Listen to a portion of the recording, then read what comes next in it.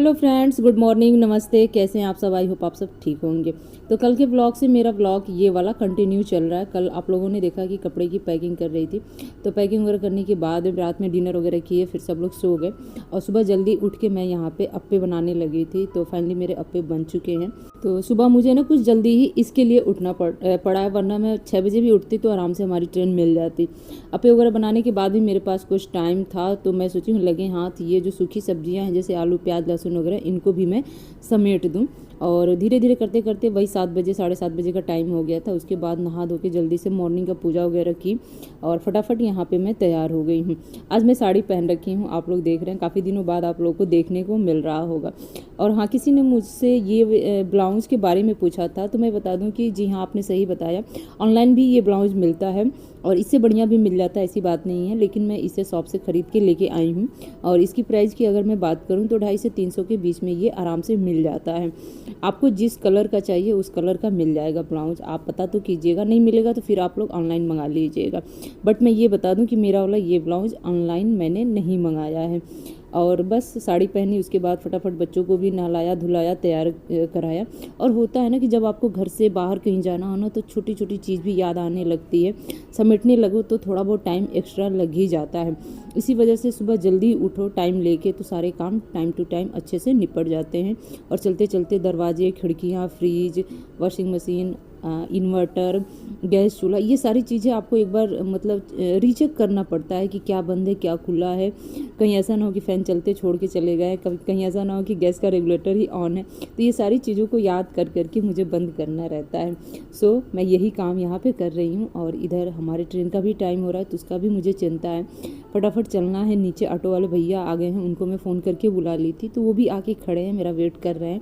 लेकिन चलिए फटाफट में निकल रही हूँ। और यहाँ पे देखिए वही हुआ, चलते चलते बाहर कुछ मलाई निकाल के मैं रखी थी, उसको फ्रिज में रखना भूल गई थी। तो भला मैं किचन में गई और मुझे याद आया, तो फटाफट में उसे रख दी।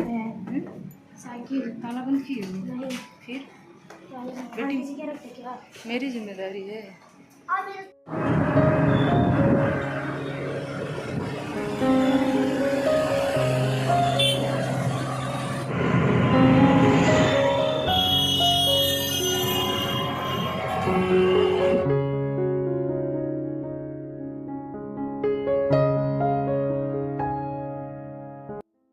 तो बस अपने इस घर को छोड़ के दूसरे घर जाने का टाइम आ गया और फाइनली मैं निकल चुकी हूँ। रेलवे स्टेशन पहुँचने में मुझे 10 से 15 मिनट लगते हैं। कभी कभी जाम रहता है तो 25-30 मिनट लग जाते हैं, वरना 15 मिनट में आराम से ये पहुँचा देते हैं ऑटो वाले लोग। उसके बाद यहाँ पहुँची तो सबको जोरों की प्यास लगी थी। सुबह सुबह इतनी कड़क वाली धूप थी कि कुछ समझ में नहीं आ रहा था। तो ये हुआ कि चलो सब लोग गन्ने का जूस पी लेते हैं, काफ़ी ठीक रहेगा। तो बस एक एक करके सब ने गन्ने के जूस पिए। और मुझे जब पुदीने वाले गन्ने का जूस मिलता है ना, तो बिना पिए मैं रह नहीं पाती हूँ। उसके बाद आके वेटिंग रूम में हम लोगों ने बैठने के बाद ये हुआ कि ट्रेन तो काफ़ी लेट है, तो बस बैठ के अप्पे वगैरह खाए। और यहाँ पे पीहू देखिए क्या कर रही है, मतलब बच्चों के लिए यहाँ पे चॉकलेट का पैकेज लेके आई थी। 3 बच्चे हैं, भाजे भाजिया उन सब के लिए, तो वही यहाँ पे दिखा रही थी। तो इसी बीच हमारी ट्रेन आ गई। फटाफट हम लोगों ने अपना सीट ग्रहण किया और बात ही बात में कब अपने रेलवे स्टेशन पहुंच गए पता ही नहीं चला। वहाँ उतरने के बाद फिर से मैं ऑटो की रिजर्व करना पड़ा मुझे, क्योंकि इस तरह से पर्सनल कोई ऑटो लेके जाने को तैयार नहीं था।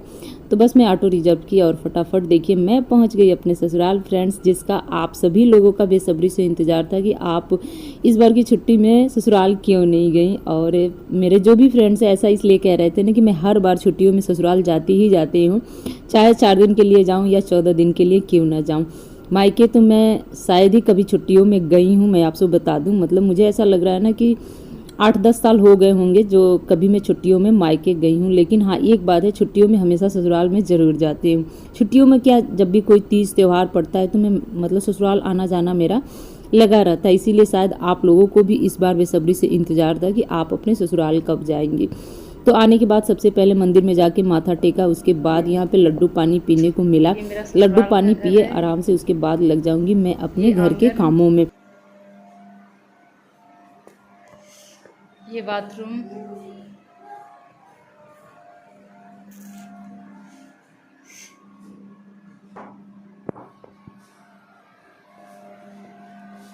और ये उधर वाला टॉयलेट है।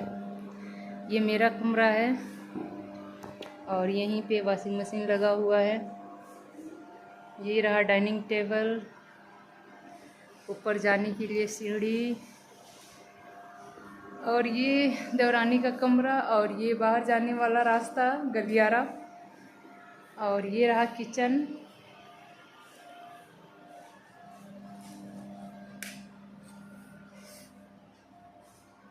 किचन में लाइट बहुत कम है, इसी वजह से जब भी यहाँ मैं वीडियो शूट करती हूँ ना तो एकदम से अंधेरा अंधेरा सा आता है। अब चलिए कपड़े वगैरह चेंज करके मैं अब काम पे लग जाऊँगी सीधे।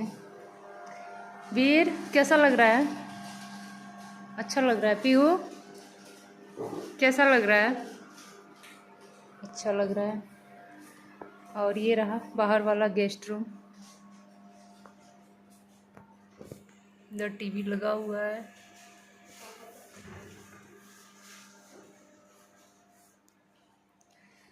आप लोग को बाहर लेके चलती हूँ मैं।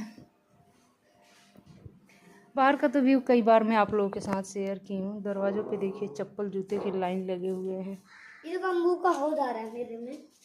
अच्छा, इतना सारा चप्पल जूता। मेरा भी एक तरफ रख दो और अपना भी एक तरफ रख दो।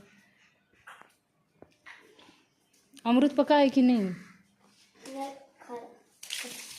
कच्चा है। खराब हो गया बाप।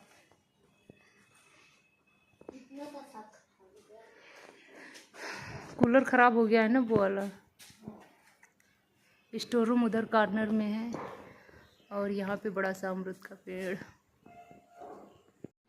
डांटने पे थोड़ा भी इसे डर नहीं लग रहा है, बस मस्ती मस्ती मस्ती ही सूझ रहा है। तो चलिए फ्रेंड्स, थोड़ा सा शर्म मैं भी कर लेती हूँ, ससुराल आके फटाफट लग जाती हूँ काम पे। तो यहाँ पे थोड़ा सा मैं आप लोगों को होम टूर दे दी हूँ। कुछ सब्सक्राइबर, कुछ व्यूवर्स मेरे ऐसे हैं जो कि एकदम से नए नए वीडियो में जुड़ते चले जा रहे हैं। तो वो लोग हमेशा पूछते रहते हैं कि आपका ससुराल कहाँ है, आपका ससुराल वाला घर कौन सा है। तो इसीलिए मैं यहाँ पे थोड़ा सा होम टूर करा दी हूँ। अब वो लोग शायद समझ गए होंगे, यही मेरा ससुराल का घर है। इसी घर में मैं शादी करके आई थी। तो घर जाने के बाद घर थोड़ा सा अस्त व्यस्त सा मुझे दिखा। एक्चुअली है क्या कि बच्चे इस टाइम पे घर में ज़्यादा हैं, तो जब बच्चे रहते हैं तो घर समेटा हुआ आपको कभी नहीं मिल सकता है। बच्चे थोड़ा बहुत सामान इधर उधर कर ही देते हैं। तो मुझे थोड़ी देर आराम करने के बाद नहाने का मूड हुआ। फिर मैं सोची कि क्यों ना नहाने से पहले थोड़ा बहुत अपने घर को मैं समेट लूँ। अभी बच्चे लोग कुछ देर के लिए बाहर गए थे खेलने के लिए, तो इसी बीच में अपने घर को समेटने में लग गई थी। तो सबसे पहले अपना बेडशीट वगैरह इस रूम का सही किया, उसके बाद सोफे का कवर वगैरह, गद्दी वगैरह, कुशन वगैरह लगे हाथ सबको झटक के अच्छे से सही करती हूँ। और ये वाला जो ब्लैक वाला आप लोग सोफ़ा देख रहे हैं ना, ये इतना सिल्की है ना कि इसके ऊपर कोई भी कवर टिकता ही नहीं है। कितना हूँ अच्छे से बिछा दूँ ना तब भी नहीं टिकता है। उसके बाद फ्रेंड्स मैं आ गई हूँ अपने डाइनिंग हॉल वाले एरिए में। बड़ा सा हॉल है जहाँ की डाइनिंग टेबल लगा हुआ है, और वहीं से सीढ़ी छत पे जाती है। हमेशा आप लोग मेरे वीडियो में देखते रहते हैं तो पूछते रहते हैं, तो कभी मौका मिला ना तो आप लोगों को मैं डिटेल में होम टूर करा दूंगी। लेकिन अभी तो इतना ही करा पाई हूँ ताकि आप लोग थोड़ा बहुत समझ सकें। अगर फिर भी कुछ समझ में नहीं आएगा तो आप लोग कमेंट करके पूछ सकते हैं।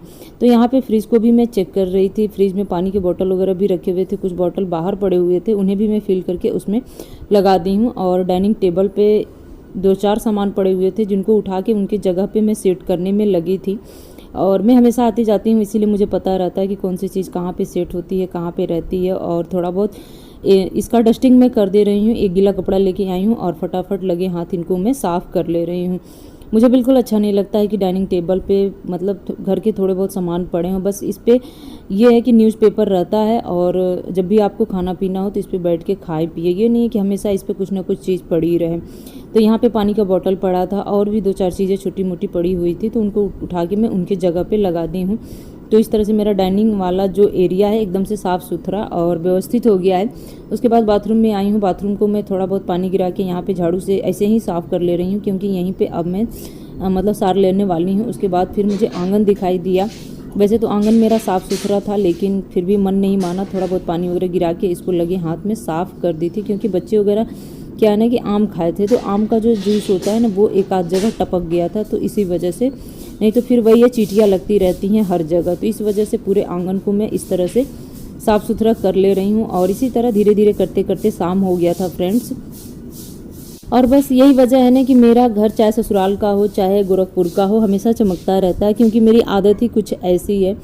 मुझसे काम देखा नहीं जाता है, बर्दाश्त नहीं होता है और मैं चाहकर भी अपनी जिम्मेदारियों से भाग नहीं सकती हूँ। मुझे साफ़ सुथरा घर और व्यवस्थित घर ही बहुत अच्छा लगता है, नहीं तो फिर मैं भी कहीं मन मार के बैठी रहती। मुझे क्या ज़रूरत है इन सारी चीज़ों को समेटने का, वही है कि देखा नहीं जाता है और इस तरह की जिम्मेदारियों से मैं भाग नहीं सकती हूँ। एक औरत अपनी घर की जिम्मेदारियाँ बखूबी निभाना जानती हैं।